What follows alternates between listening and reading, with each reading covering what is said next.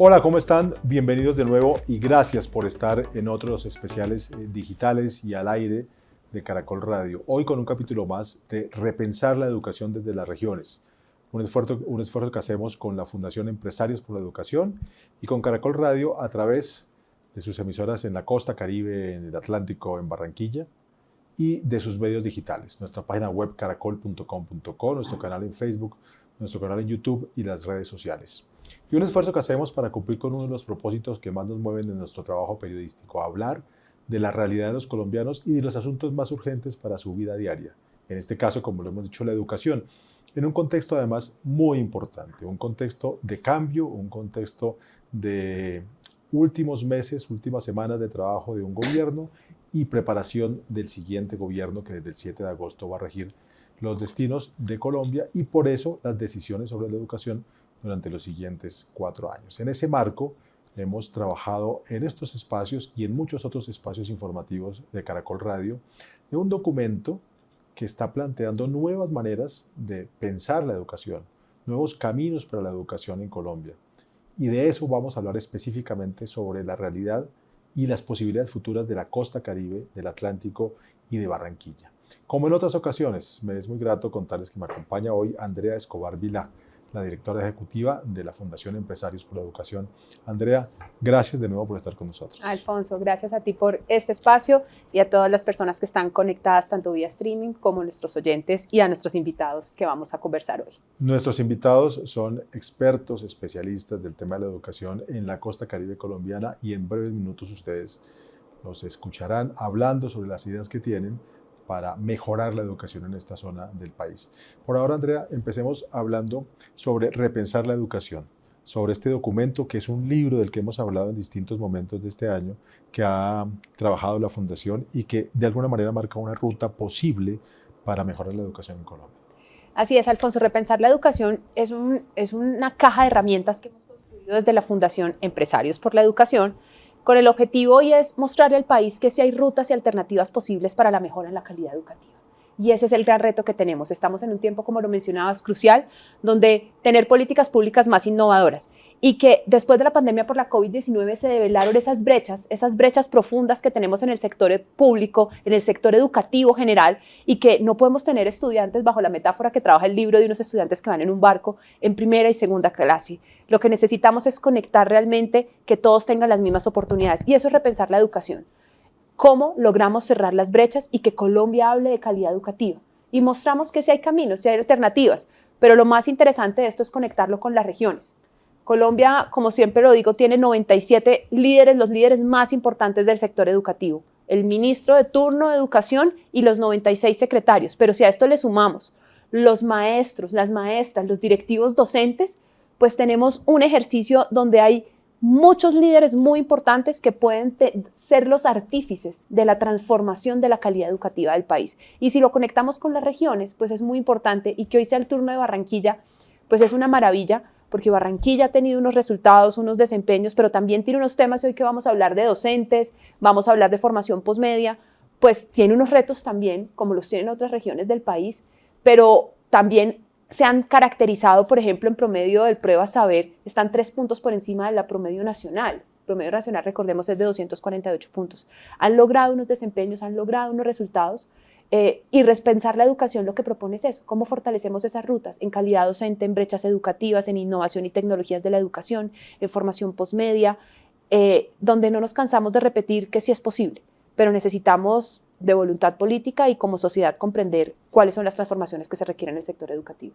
Andrea, usted nos ha mencionado que se trata de una caja de herramientas para la educación y nos ha dado ya algunos datos de las particularidades de este momento de la educación en la costa Caribe, especialmente en Atlántico Barranquilla.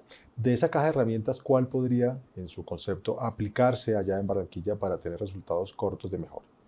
Varios. Arranquemos por los maestros, las maestras y los directivos docentes.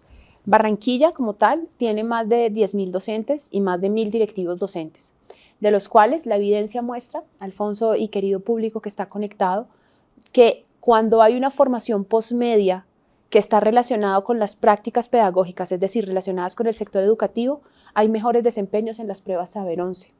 Los datos en la región, particularmente en el Atlántico y en Barranquilla, es que directivos docentes y docentes con posgrados en áreas de educación es alrededor, en Barranquilla del 16%, en Atlántico del 9% y en toda la región del 9%.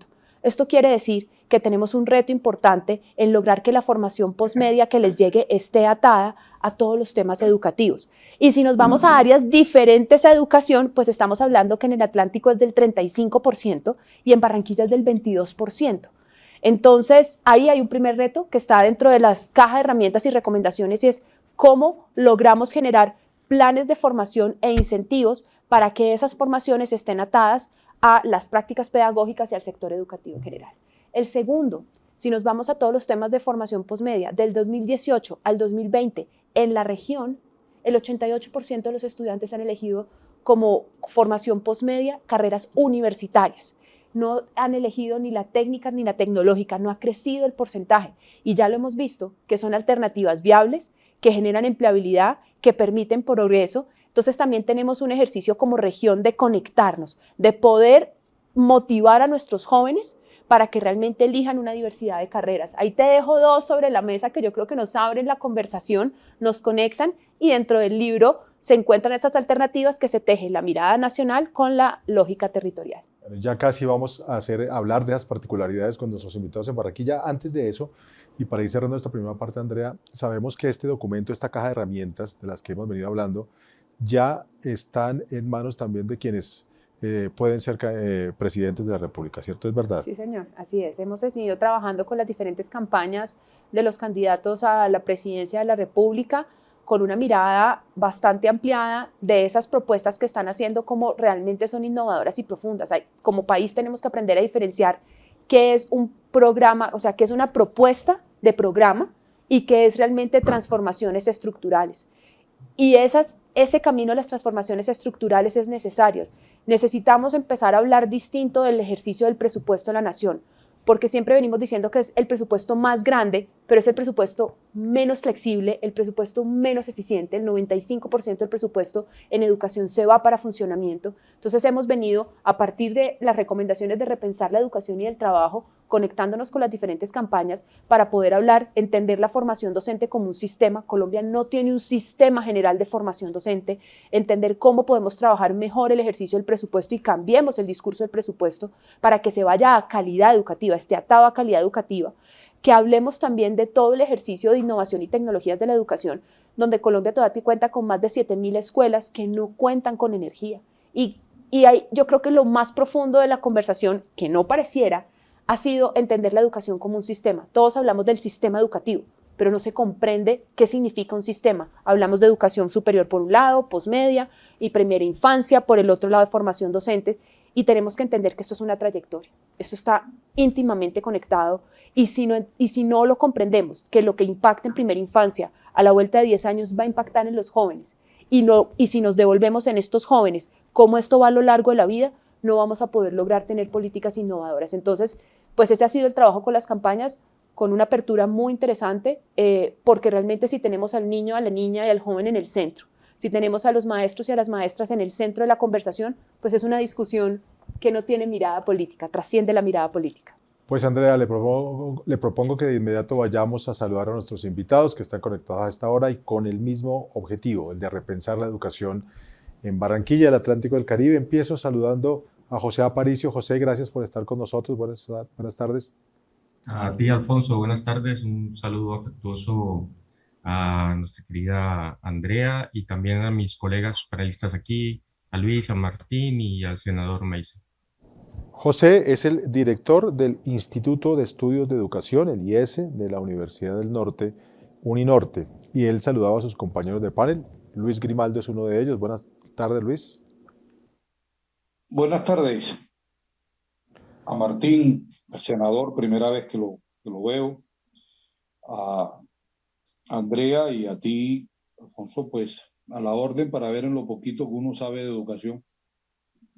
Luis Grimaldo, lo que sabe de la educación lo sabe, entre otras cosas porque es el fiscal de la Asociación de Educadores del Atlántico, ADEA. También panelista con nosotros, lo saludaba y lo escuchaban ustedes, Carlos Meise, el senador de la República en el periodo 2018-2022. Bienvenido, Carlos. Un saludo cordial a todos los oyentes, a mis compañeros de panel, a Luis, a José Alfredo, por supuesto a nuestro amigo Martín y Andrea, y a usted. Recibe un abrazo y aquí estamos para tratar este tema de país a lo largo y ancho y tan profundo como deba ser para buscar algún tipo de solución. Muchas gracias.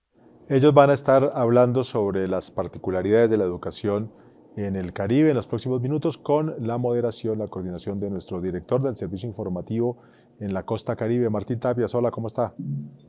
Alfonso, gracias y a todos los panelistas y de verdad que esta es una gran oportunidad para dialogar de este tema tan vital como es la educación de las nuevas generaciones, en las que en sus manos está el futuro de nuestra región Caribe.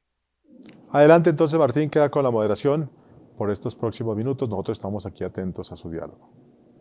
Bueno, estaba escuchando con mucha atención el documento que se ha presentado y recientemente también los observatorios de educación y el Observatorio de Educación de la Universidad del Norte presentó una reflexión sobre la calidad de la educación. Yo quiero iniciar por este tema en particular y específicamente pues empiezo por los educadores, por don Luis Grimaldo, que tiene toda una experiencia de muchos años en la Asociación de Educadores del Atlántico. Y ustedes una vez han visto este análisis, este reto, decía nuestra invitada, que hay un tema importante, atar el presupuesto a la calidad de la educación. Y yo quisiera que usted nos hiciera un análisis de eso, de qué tanto del presupuesto de la educación realmente está apuntando a las posibilidades de mejorar la calidad. Bueno, Martín, en el sector oficial de transición a grado 11, en las universidades públicas, los presupuestos tienen varios ítems que, como lo dijo la compañera Andrea, no se unen, sino que parece que trabajaran por separado. Por el Sistema General de Participación le llegan a los alcaldes, gobernadores, un rubro destinado para el funcionamiento de la educación. Pero al alcalde le llega por aparte un dinero para calidad. Es decir, parece que lo miráramos en dos tonos distintos. El Sistema General de Participación en los últimos 20 años le han recortado 200 billones de pesos desde el año 80 hasta estas alturas. Le han venido recortando a la educación eso. Pero por otro lado, a los rectores de manera directa le mandan los dineros de gratuidad.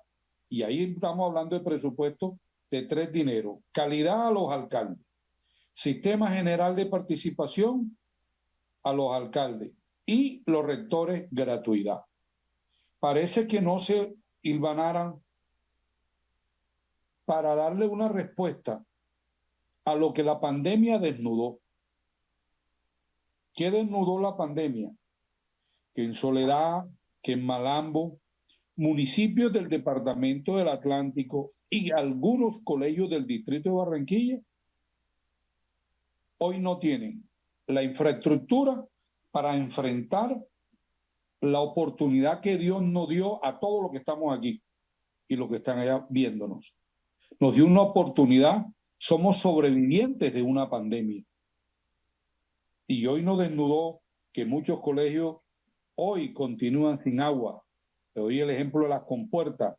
No ha sido posible que estos niños estén en una aula digna, siguen en unos galpones o con niños de ponedera, los niños de Santa Verónica.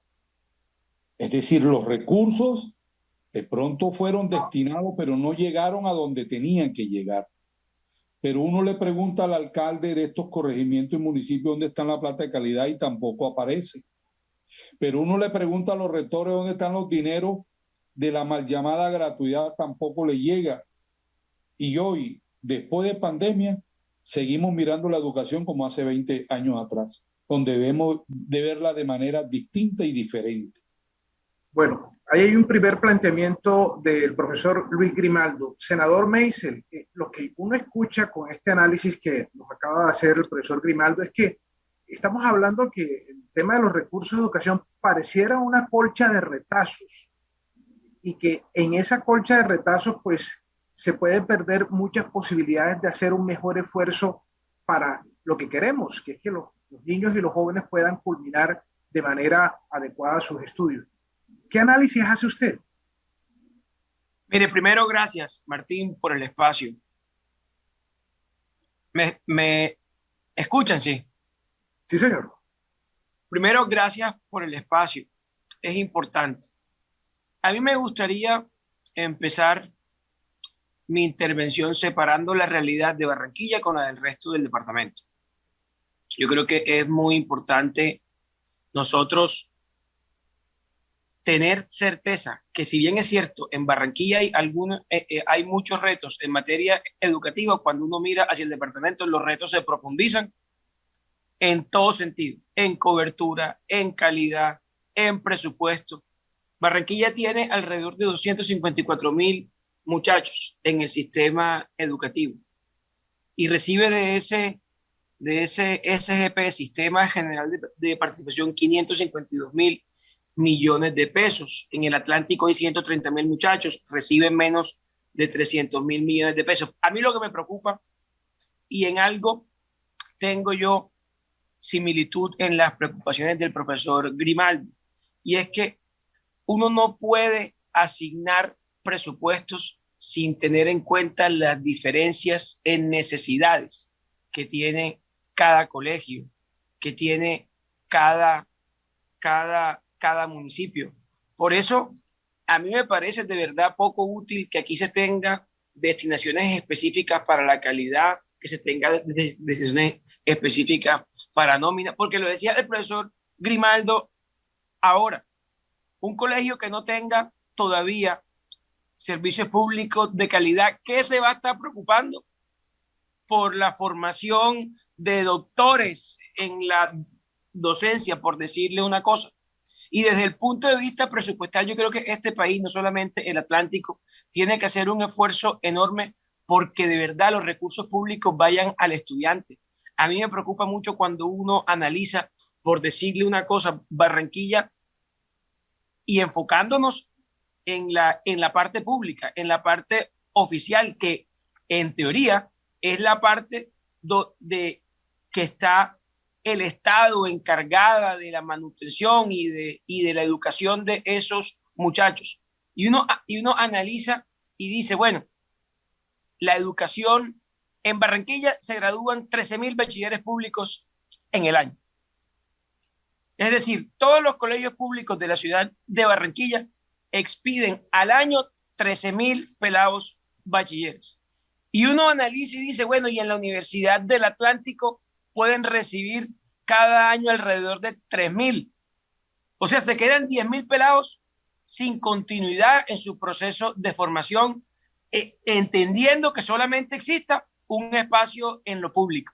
Yo creo que este país tiene que replantear mucho la falta de cobertura que hay en la educación superior y apoyarse en entidades privadas, obviamente subsidiadas desde lo público, y asignar esos recursos para que vayan al estudiante.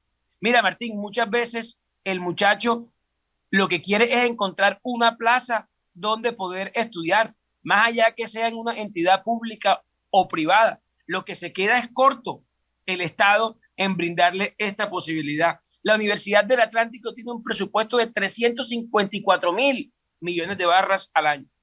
354.000 millones de pesos. Y a mí sí me gustaría saber de esa asignación presupuestal que va año a año girada del presupuesto de educación, que es parte de lo que uno escucha, que es la asignación presupuestal más alta en el presupuesto nacional, pero no vemos que le llega al estudiante.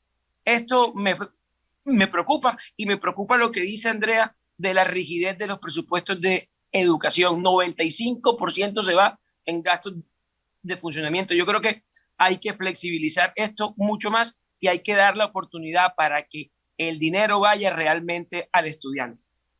Bueno, ahorita vamos a regresar al rol y al papel de la educación superior, pero antes yo quisiera al investigador José Aparicio del Instituto de Estudios de Educación que revisáramos un dato que daba la doctora Andrea sobre el tema de los desempeños de los colegios públicos. Y entonces uno encuentra, por ejemplo, que el desempeño de los colegios públicos es un 34 puntos más bajo que los colegios privados. Estamos hablando de que hay un rezago de los estudiantes de los colegios públicos.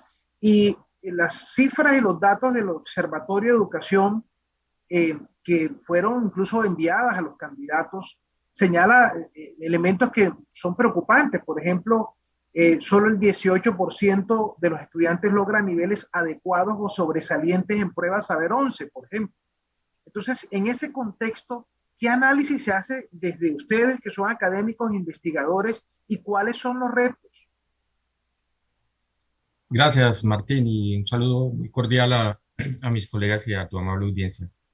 Sí, en efecto, desde el Observatorio de Educación hacemos un análisis de los datos disponibles. Normalmente entendemos que la realidad educativa es más compleja y justamente un llamado que se hace desde este nuevo libro es a que tengamos medidas diversas y a lo largo de toda la trayectoria educativa de los progresos en los aprendizajes de los estudiantes, porque desafortunadamente, por ejemplo, se suspendió durante algunos años las pruebas Saber 3, 5 y 9 que nos permitían tener en esos niveles algún tipo de información. Nos quedamos solamente con la prueba Saber 11 para el caso de la educación básica y media y para la educación superior de la prueba Saber Pro. Por tanto, a veces se recibe la crítica de que solo se está haciendo esa mirada ahí al final de la secundaria, pero son los datos confiables que tenemos. Y ciertamente, como tú planteas, en muchos indicadores hemos estado registrando un retroceso que además, hay que decirlo, venía desde antes de la pandemia, porque también en ese momento ha surgido mucho de que se diga, bueno, la pandemia es la culpable, y cuando miramos esa trayectoria de indicadores desde el año 2017 ya se traían, digamos, tendencias a la baja en esos resultados. También decir, como bien decía el senador Meisel, que hay diferencias importantes para hablar de nuestro contexto local, Barranquilla Atlántico, entre los resultados de Barranquilla y los del Atlántico. Nos preocupa evidentemente mucho más el Atlántico, sus resultados no solamente ya eran bajos, sino que siguen disminuyendo. Por ejemplo, en la prueba Saber 11, en la media general, el año pasado, el 2020, uno tiene un retraso de datos, en el 2020 tenía una media de 225 y en el 2021 bajó a 219. Para que ustedes tengan como referencia, por ejemplo, Bucaramanga, como una ciudad referente en el país, tiene una media de 272, o sea, hay una gran distancia en este resultado entre la media del Atlántico y la de Bucaramanga. Pero luego, cuando miramos internamente dentro de la prueba las diversas competencias, nos encontramos con que en esos niveles en los que se clasifica la prueba, los estudiantes están en un alto porcentaje en los niveles 1 y 2, que son los niveles en los cuales se considera que todavía no tienen desarrollada la competencia. Y eso sucede en las 5 competencias que son evaluadas y que al final, sin duda, unido luego a otros indicadores de los que podemos hablar más adelante, la educación superior también, la prueba Saber Pro, y particularmente, por ejemplo, en el caso de las licenciaturas, pues en general crean un ecosistema de preocupación respecto a estos resultados. Entonces, yendo concretamente a lo que era tu pregunta, Martín, para nosotros está claro que sí hay ya unos referentes a nivel nacional que nos pueden servir, ciudades como Tunja, como Bucaramanga, otras como Envigado, incluso también a nivel departamental, de entes territoriales que han desarrollado estrategias para poder avanzar significativamente. Miren, Bucaramanga, por ejemplo, en la clasificación de colegios, que se clasifica desde el nivel D hasta el A+, logró en el 2021 tener 0% de colegios públicos clasificados en categoría D. Eso es un logro maravilloso. Yo creo que esa tendría que ser una buena apuesta. Y en esa medida, por ejemplo, ahora que se hablaba de financiación, creo que se ha hecho evidente que los recursos de la nación, aparte de presentar todos estos problemas que ya señalaban antes mis compañeros respecto a la distribución, las prioridades, también realmente hay que reconocer que no son suficientes. Nosotros en los análisis que hemos realizado, por ejemplo, vemos que uno de los elementos importantes que impulsó a Barranquilla en la última década en incrementar sus indicadores educativos tuvo que ver con la inversión de recursos propios, complementando los recursos que vienen a través del Sistema General de Participaciones. Y cuando hacemos correlaciones entre los entes territoriales que invierten de sus recursos propios, eso es claro que hay, digamos, una relación muy positiva entre los recursos y la mejora. Pero luego, claro, hay que saber dónde invertir los recursos. Y principalmente consideramos que el tema de la calidad de los docentes es uno de los elementos claves. Mira, nosotros hemos hecho un análisis que nos permite hoy día todo este tema del Big Data y de la econometría, porque en el observatorio trabajamos con muchos economistas, para tratar de, a través de diversos estadísticos, probar muchas variables del sistema educativo, aquellas que son medibles, y mirar cuáles realmente hacen diferencia entre instituciones que obtienen, digamos, resultados menos deseables y las que obtienen los resultados más deseables. Y ahí hemos encontrado variables que son realmente las que hacen esa diferencia significativa. El tema de la jornada única hace diferencia significativa, Martín. Creo que hemos dado muchas vueltas para apostarle a eso. Es que realmente lo que uno ve, digamos, como potencialidad en tema de la jornada única en el sentido de complementar la educación que se da en un número de horas reducidas cuando la institución tiene que partirse en jornadas, eso comparado con lo que pueden hacer los colegios privados, pues es uno de los elementos fundamentales.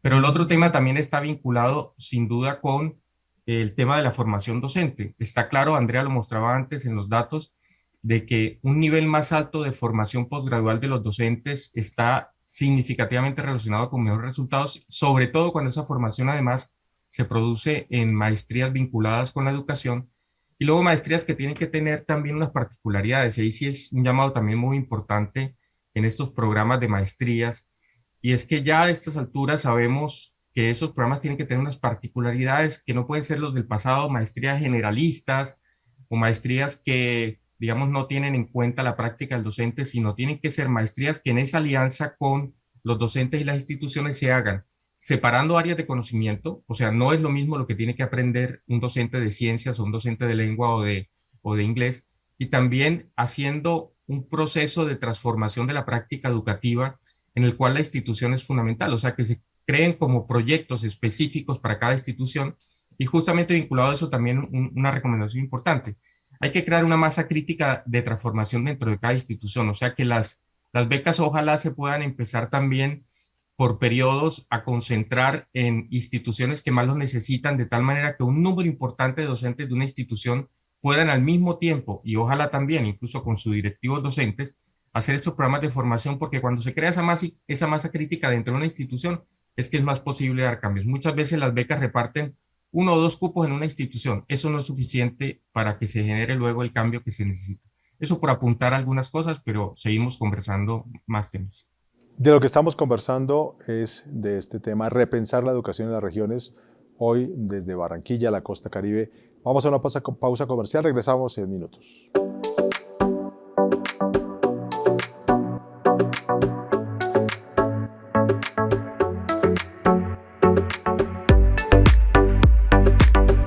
Continuamos en este especial digital de Caracol Radio de la Fundación Empresarios por la Educación, repensar la educación desde las regiones, hoy hablando sobre la situación de Barranquilla, el Atlántico, la costa Caribe. Hemos escuchado la primera parte del conversatorio de nuestros invitados, José Aparicio, Luis Grimaldo, Carlos Meisel. Andrea Escobar, de la Fundación Empresarios por la Educación. De esta primera parte, ¿qué le ha llamado la atención? Bueno, lo primero es, José es autor del libro. José trabajó con nosotros en repensar la educación y con algo que él propone y que es impresionante, que hay que reflexionar alrededor de la formación inicial de nuestros maestros y maestras, ese valor agregado que genera la licenciatura, sobre todo en 2 aspectos, lectura crítica y todo el ejercicio de pensar razonamiento matemático. 3 ideas con las que me quedo, Alfonso, y gracias a nuestros invitados aquí. Primero, presupuesto. Les quiero compartir un dato. Efectivamente, en la región, tanto Barranquilla como Atlántico invierten el 11% de sus recursos, o sea, invierten 11% de los recursos propios en el sector educativo. El promedio nacional es del 6%. Entonces, ahí la relación y parte de lo que hay que trabajar es cómo se incentiva mayor inversión, porque efectivamente lo que llega al Sistema General de Participaciones no es suficiente, pero se requiere de una voluntad política para priorizar la educación. Segundo, todo el ejercicio de calidad docente. En la región como tal hay un dato importante que quiero compartirles que creo que es importante y quedar aquí, y son las edades de jubilación que es una oportunidad súper interesante para trabajar con el magisterio, para fortalecer todos los programas de los maestros nobles y directivos nobles que puedan acompañar a otros maestros en su formación. Este dato es súper interesante.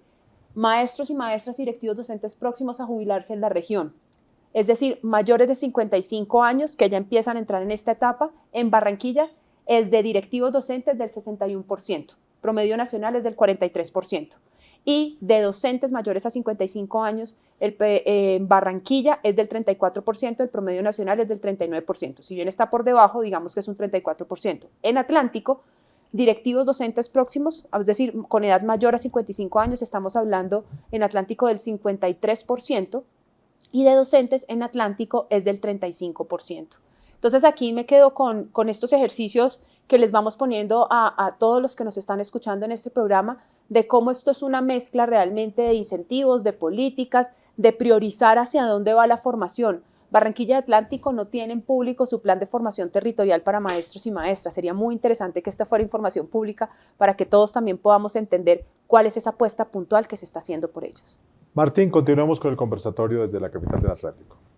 Gracias, director Alfonso, y a nuestra invitada también de este programa tan importante que nos ha ayudado a repensar la educación, Andrea Escobar. Y pues vamos a hablar de ese tema de la formación docente. Yo cuando veo esta cifra de que en Barranquilla solamente el 22% de los docentes y directivos docentes tienen posgrados y en áreas afines a la educación, que ahorita mencionaba también el profesor Aparicio, el investigador Aparicio, yo me pregunto, profesor Grimaldo, ¿por qué esa cobertura tan baja en materia de formación de posgrado entre los docentes en la ciudad? ¿A qué le atribuiste esa situación? Fundamentalmente a lo económico, Martín. Hacer una maestría o un doctorado en nuestro medio hoy es muy costoso. Hay un señor que fue secretario de Educación que personalmente no estuve de acuerdo con él, pero hizo cosas buenas. Cuando él estuvo en su gobierno, del anterior gobernador, el anterior Segebre, todos los dineros que eran recogidos por... Ay, se me pasa... ¿Sistema de regalías, Luis? De las regalías. A mí me gustó ese programa. Esa regalía, él la llevó en su gobierno a formación docente. Eso ayudó al departamento. Eso ayuda porque hoy un docente tendría que endeudarse para lograr. Sin embargo, el docente nuevo, el que no es histórico como yo, no es que esté viejo, sino que somos históricos. El docente nuevo del 1278, para mejorar su salario, a él le toca hacer maestría y doctorados. Eso hace que tenga mayor calidad, pero al mismo tiempo eso significa un endeudamiento del compañero bastante alto. Cuando el gobierno logra los dineros de gratuidad, de regalía, y los lleva hacia allá, está colaborando a que la calidad del docente mejore. Nosotros hemos venido luchando con los diferentes tipos de gobierno para que esto sea una proyección de Estado, o sea, que haya formación docente. Y la compañera solamente nos habla del departamento y Barranquilla, pero Soledad y Malambo están mucho más rezagados también, que no están incluidos dentro del departamento, porque aquí tenemos 4 entes territoriales. Repito, estoy hablando solamente del sector oficial. Pero iría hasta la Universidad del Atlántico, yo no sé dónde se inventaron y dividieron las licenciaturas. Hoy hay licenciatura y que en básica primaria, en ciencias naturales. Es decir, anteriormente la licenciatura era una sola. Usted era licenciado de humanidades, español, inglés, hoy te lo divide. Esa división creo que le hizo más daño a la educación, en la formación del docente. Yo creo que esa parte hay que repensarla, como también el pénsul académico que quedó al libre albedrío de cada rector. Y fíjate, me tocó un tema, y te lo digo, Andrea, que me encanta porque yo soy profesor de un colegio técnico, el industrial, el Colegio Técnico Industrial del Atlántico. Aquí la parte técnica ha quedado relegada. Por eso toda esta cantidad de jóvenes que salen Solamente tienen la oportunidad de entrar a la universidad 3.000, los otros 7.000 no, pero ¿qué tal que lo formáramos en la parte técnica, en competencias laborales de lo que necesita Barranquilla, lo que necesita el departamento Soledad y Malambo? Que montemos muchachos técnicos en el punto de vista agropecuario para allá, para los municipios, desde el punto de vista piscícola. Es decir, ahí es donde nosotros tenemos que apuntarle a la educación para repensarla, para que el pelado cuando termine el bachillerato no quede en las esquinas de mototaxista vendiendo minutos de celular o vendiendo bolitas. Ahí es donde nosotros tenemos que la política del Estado tiene que entrar allí a cambiar estos aspectos de la formación universitaria y de la formación de la educación técnica en los colegios. Barranquilla no tiene ningún colegio técnico, tiene colegios comerciales más no técnicos. Soledad, el departamento del Atlántico sí tiene, Malambo no tiene colegio técnico. Bueno, usted ha tocado un punto muy importante y me voy a detener ahí, profesor Grimaldo, tiene que ver con la formación técnica. A mí me llega toda la semana una información del SENA y uno encuentra, cuando hablo con el director de la Agencia Pública de Empleo, que hay una gran cantidad de oferta de empleo que se pierde y empleo que tiene que ver con la parte técnica. Mucha gente de pronto se está quedando en la formación universitaria, pero no está respondiendo a la necesidad que puede tener el mercado, como bien lo señala el estudio. Profesora Aparicio, usted que estuvo en ese estudio, en esa investigación, ¿cuáles podrían ser los retos que las autoridades del orden nacional, departamental y local deben tener en cuenta para darles impulso a lo técnico? Sí, Martín, de acuerdo. Déjame pensar por plantear los datos para precisar, en efecto, este bajísimo nivel del 100%, por ejemplo, el último dato que tenemos de matrícula por nivel de formación en estos tres niveles en el Atlántico, solamente el 5.5% se matriculó en formación técnica, mientras que en tecnológica fue el 22% y en universitaria el 72%. O sea, claramente hay una preferencia por la formación profesional.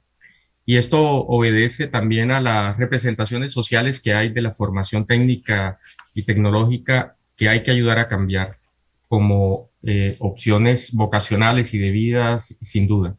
Parte de los problemas arrancan ahí, pero también tiene que ver mucho con el tema de la articulación que hay entre la educación media y la educación superior en estos niveles técnica y técnica profesional. Sin duda se han hecho cosas y hay instituciones que están trabajando en esa articulación, pero creo que hay que ampliar estos programas de tal forma que en realidad una buena cantidad de estos muchachos antes de egresar y que, como sabemos, desafortunadamente, mientras se resuelve el problema de los cupos en educación superior, no van a tener para poder entrar a una universidad. De verdad deberían tener, digamos, una opción en estos niveles. Y también, por supuesto, desde la lógica del Estado está pendiente un proyecto que articule la educación superior. Antes Andrea decía que deberíamos tener un proyecto total de toda la trayectoria educativa. Eso es lo ideal, pero por ejemplo, aquí es enormemente urgente y tal vez debería ser lo primero, un proyecto que articule la media de la formación técnica, tecnológica y superior en torno, digamos, a un modelo de educación superior, por ejemplo, con ciclos propedéuticos y que realmente tenga esta posibilidad de que quienes entran puedan validar ese nivel de formación en los siguientes niveles cuando puedan y lo deseen. De esta forma no quedarían tampoco, de alguna forma, quienes entran al nivel técnico-tecnológico con la sensación de, ok, ya entré aquí, entonces es un tiempo perdido si yo quiero hacer luego educación superior, que sigue en la mente, como decía, de muchos padres de familia y de jóvenes como la única opción deseable. Entonces, este modelo permitiría que sin duda desde la media estuviesen en contexto, y en el Departamento del Atlántico hay que trabajar mucho en eso, presentadas las opciones que permitan a los estudiantes comprender cómo pueden generar un proyecto de vida desde un programa de orientación vocacional realmente que muestre toda esta riqueza. En la Universidad del Norte, por ejemplo, de hecho, hemos hecho un programa con la Cámara de Comercio y con la Fundación Promigas, lo pongo al conocimiento de los que no tengan idea de que existe. Es un programa gratuito que se llama Oriéntate, hay una plataforma para eso. Justamente hemos intentado hacer un enriquecimiento de los procesos de orientación socioocupacional que estaban muy vinculados solo a la elección de carrera universitaria. hemos trabajado incorporando las posibilidades de formación técnica, técnica profesional, de educación para el trabajo y demás, para que realmente eso enriquezca como las rutas posibles, y eso es también uno de los elementos que hay que trabajar mucho en las instituciones. Por último, yo sentiría que el tema de los, digamos, de los elementos de calidad que están vinculados a las instituciones técnica, tecnológica y universitaria en términos de acreditación, por ejemplo, deberían también ser revisados de tal forma que podamos tener también referentes de qué significa una educación de calidad en cada uno de los niveles y que finalmente haya transferencia de ese conocimiento a los jóvenes y puedan también elegir los proyectos que más les interesan. Le doy un dato, Martín. En el Atlántico, por ejemplo, nosotros tenemos más universidades privadas que oficiales, cubren el 60% de la matrícula y desafortunadamente no todas son de la calidad que sería deseable. Entonces, cuando muchos no pueden conseguir un cupo en la universidad pública, la opción que les queda es ir a pagar educación privada de mala calidad. Y eso también genera un gran problema al final en sus oportunidades de incorporación laboral. Así que ese es un tema también que hay que revisar. Precisamente, doctor Meisel, retomo algo que usted había tocado al inicio y decía, bueno, muchos jóvenes se quedan por fuera de la universidad pública, de la única opción que tienen. Entonces, aquí hay una tarea importante desde el sector político, desde el Congreso de la República, de darle un impulso a unas soluciones de fondo que vayan hilando este proceso donde se integre la formación desde lo técnico, tecnológico y que realmente sea una opción para los jóvenes, doctor Meisel.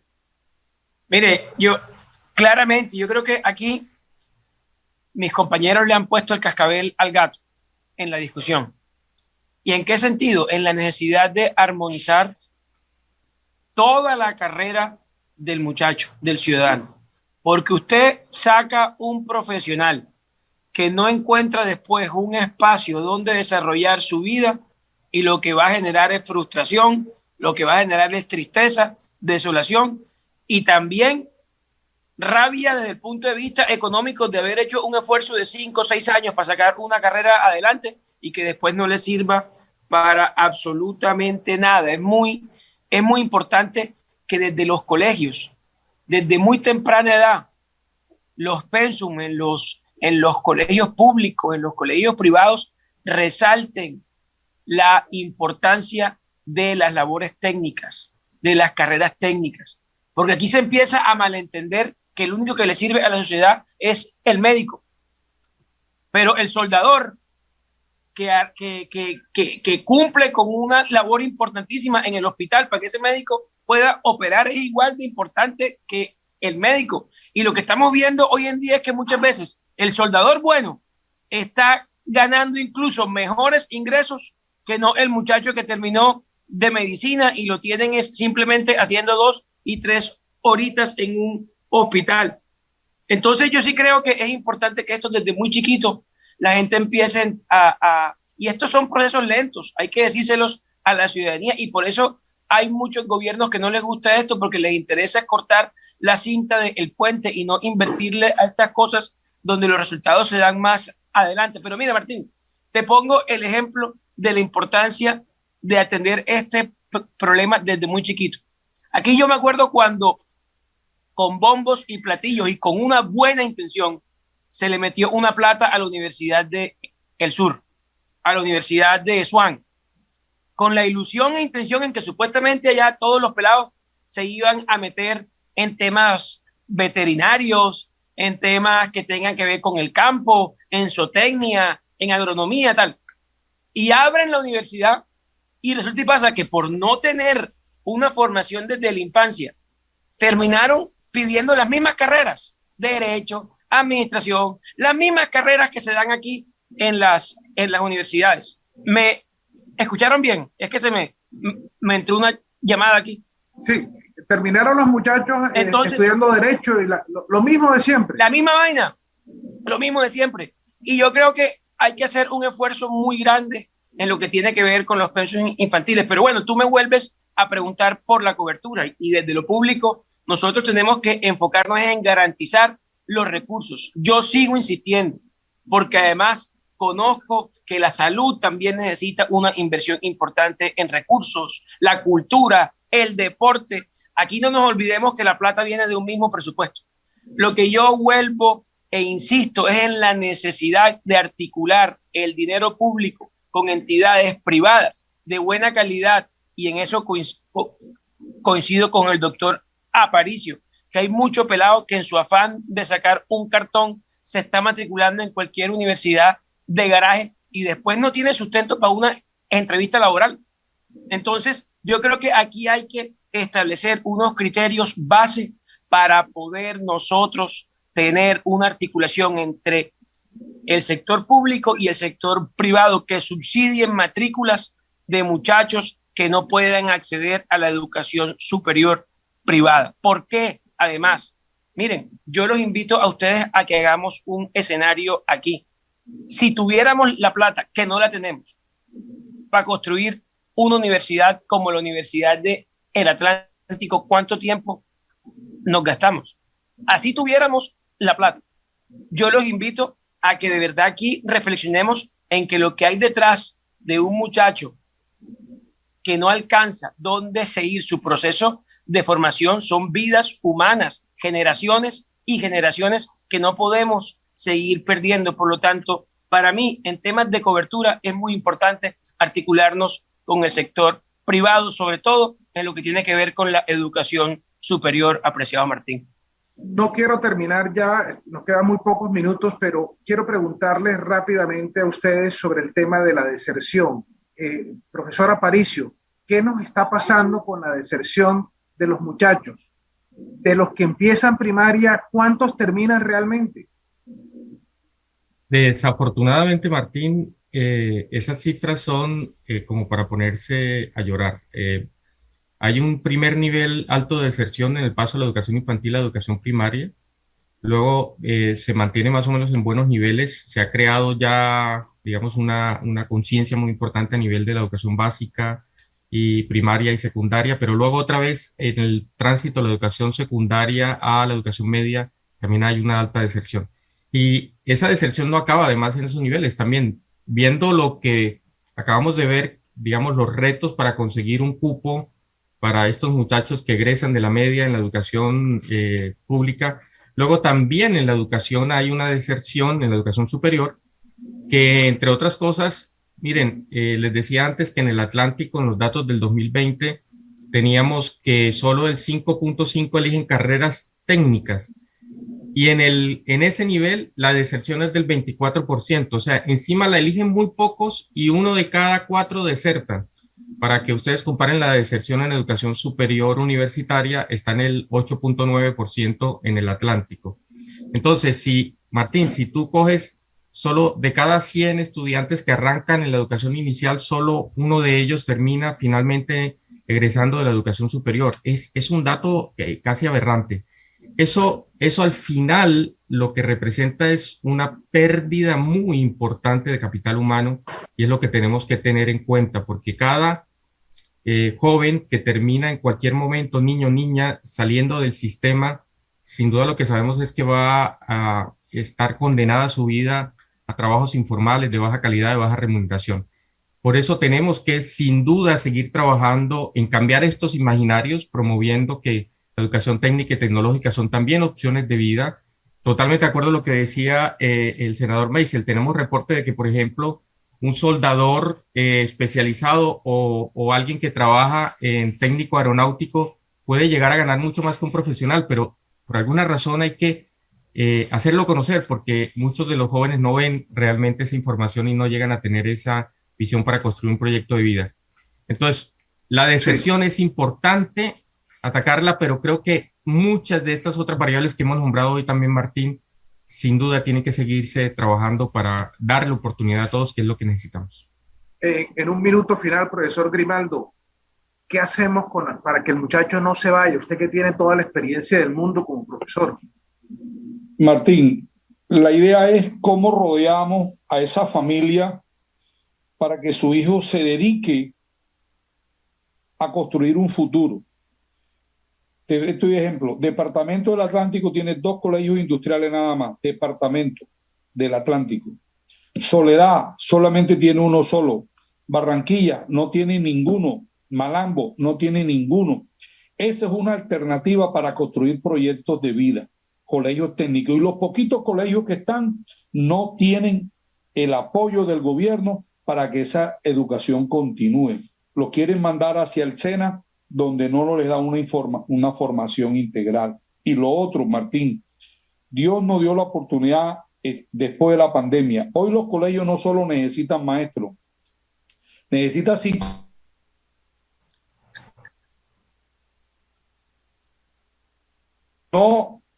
No existe orientador en los colegios, y el que lo tiene uno para 4.000 alumnos. Se necesitan trabajadoras sociales, se necesitan personas de la salud en las instituciones, porque hoy regresamos a las mismas instituciones con más de 50 estudiantes en una aula de 3x4 con las mismas condiciones. Necesitamos esa parte para buscar la calidad, para buscar la formación y tener proyectos de vida diferentes a la profesionalización. Bueno, aquí está entonces el análisis desde distintas ópticas de este reto tan importante que es, sí, pero el doctor Meisel aquí ya en los minutos finales.